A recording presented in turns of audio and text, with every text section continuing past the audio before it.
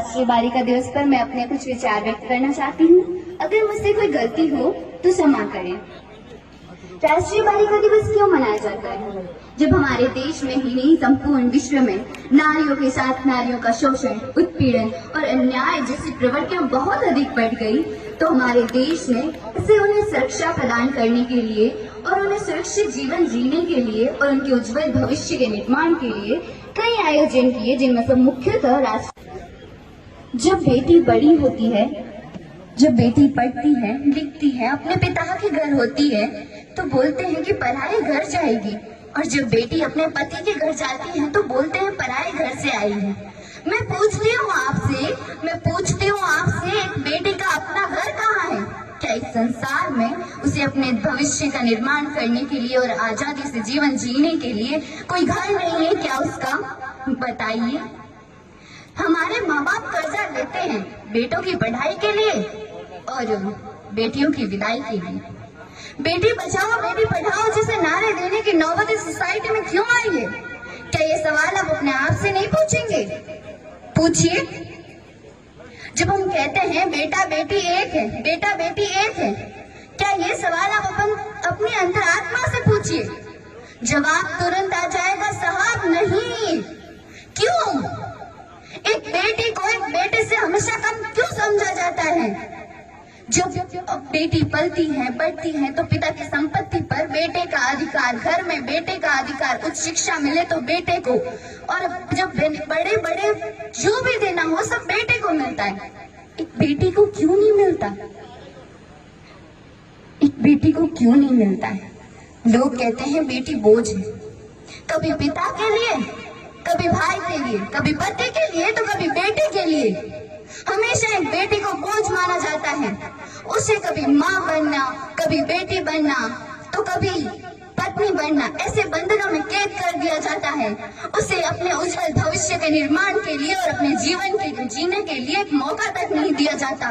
अगर वो करे तो दूसरों के लिए, खुद के लिए आवाज उठाए तो बोलते हैं नकचड़ी है, बेकार है, बेशर्म है। जब बेटी अपनी आवाज उठाए तो उसे गालियां देते हैं, और जब बेटी खामोश रहे, चुप रहे, तो कहते हैं हाँ समझदार है।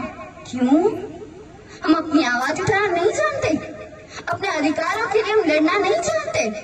अरे हम लड़ेंगे भी, हम बढ़ेंगे भी। मैं जीना चाहती हूँ बेटों की तरह, मैं जीना चाहती हूँ बेटों की तरह से गद्दारी का ऐलान ना समझा जाए। आजकल के बेटे भी हो जाते हैं घर से रुखसत, आजकल के बेटे भी हो जाते हैं घर से रुखसत। केवल बेटी को ही घर का मेहमान ना समझा जाए, केवल बेटी को ही घर का मेहमान ना समझा जाए। खाओगे किसके हाथ की रोटियां जब इन्हें पैदा ही नहीं होने दोगे? खाओगे किसके हाथ की रोटियां जब इन्हें पैदा ही नहीं होने दोगे? अरे माँ बाप की जिंदगी में भी ऐसा दिन आता है जब इनके जिगर का टुकड़ा नहीं, बेटियां भी अपना फर्ज निभाती हैं, बेटियां भी अपना फर्ज निभाती हैं।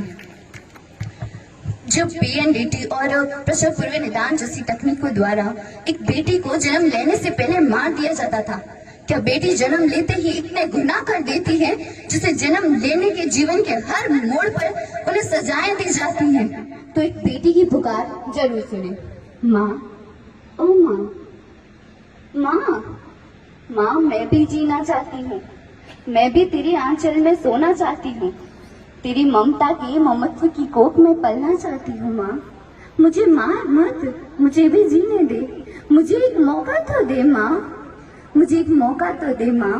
मैं उस हर कार्य को करूंगी जो तू कहेगी। मैं अन्याय के खिलाफ खड़ी होकर ये लड़ाई लड़ूंगी माँ। मुझे इस दुनिया में आने का मौका तो दे माँ। माँ मेरी पुकार तो सुन, एक तू ही है जो मेरी पुकार सुन सकती है माँ, मेरी पुकार सुन माँ। हाँ जानती हूँ तो कुछ लोगों के आगे मजबूर हुई है माँ, पर तू आवाज उठा माँ, तेरी आवाज को कोई नहीं टालेगा, कोई भी तेरे खिलाफ जाने की हिम्मत नहीं कर पाएगा माँ। एक बार आवाज उठाकर तो देख माँ, मुझे जीने का मौका दे माँ, मुझे जीने का मौका दे। एक बेटी इस तरह पुकार करती है, लेकिन कुछ लोगों की स्वार्थी और दकियानुसी सोच के कारण एक बेटी को पैदा होने से पहले मार दिया जाता है। कुत्ते उन्हें नोच कर खाते हैं कि यही एक बेटी है। जब आप कहते हैं हमारे घर में बहू आएगी, जब बेटी को पैदा ही नहीं होने दोगे तो क्या उनसी बहू लेकर आओगे आप? एक बेटी को स्कूली शिक्षा तक ही सीमित रखते हैं आप लोग। क्यों? कहीं और का नहीं, इसी गांव की एक बेटी का उदाहरण है जिसने 10th में टॉप किया था, लेकिन उसे जीवन, उसके भविष्य का इस तरह बिना सोचे समझे कत्ल कर दिया गया। 10th में टॉप करने वाली लड़की, सोचो एक बार, सोचो उस लड़की पर क्या गुजरी होगी जब उसके सपनों को इस तरह दफन कर दिया गया था।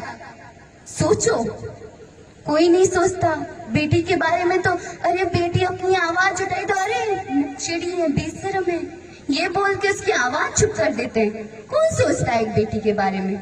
और बेटा शिक्षा प्राप्त करे तो सिर्फ एक परिवार का सदस्य शिक्षित होता है जनाब, लेकिन अगर बेटी शिक्षा प्राप्त करे ना तो संपूर्ण परिवार शिक्षित कर देती है, और संपूर्ण परिवार। आपका बेटा शिक्षा, जब एक बेटी शिक्षित हो ना तो अपनी संतान को निडर, अनुशासित और बलवान बना सकती है। इन सारे कार्यों में एक गुरु, एक आदर्श गृहिणी, एक प्रशासन सेविका, एक बेटी डॉक्टर, इंजीनियर, सब कुछ बन सकती है। आप लोग बेटी को सिर्फ बेटी मत समझिए। I am not only a girl, I am lawyer. I am not only a girl, I am pilot. I am not only a girl, I am doctor. I am not only a girl, I am engineer. I am not only a girl, I am leader of my life. आप अपनी बेटी को दहेज में उपहार देना चाहते हैं, उपहार देते हैं तो शिक्षा का दीजिए। उपहार देना है तो शिक्षा का दीजिए। अपनी बेटी को इतना आत्मनिर्भर बनाए कि कोई भी शख्स उसकी ओर आंख उठाकर ना देख सके, अपनी बुरी नजरों से ना देख सके। कोई भी शख्स अपनी बेटी को बुरी नजरों से ना देख सके। उसे इतना बलवान, शिक्षित और आत्मनिर्भर बनाओ, न कि दहेज। मैं कहना चाहती हूँ अंत में, अभी सब लोगों को थोड़ी जल्दी है तो मैं अपनी वाणी को विराम देना चाहती हूँ, पर आपसे निवेदन, हाथ जोड़कर निवेदन है कि बेटियों को स्कूली शिक्षा तक सीमित मत रखिए, उन्हें अपने उज्जवल भविष्य का निर्माण करने का मौका दीजिए साहब, वो बड़ा नाम करेगी आपका। और बेटियों, कुछ ऐसा करो अपनी जिंदगी में, कुछ ऐसा करो अपनी जिंदगी में कि माँ बाप गर्व से कहे मुझे अपनी बेटी पर आज गर्व महसूस होता है, मुझे अपनी बेटी पर आज गर्व महसूस होता है। जय हिंद, जय भारत।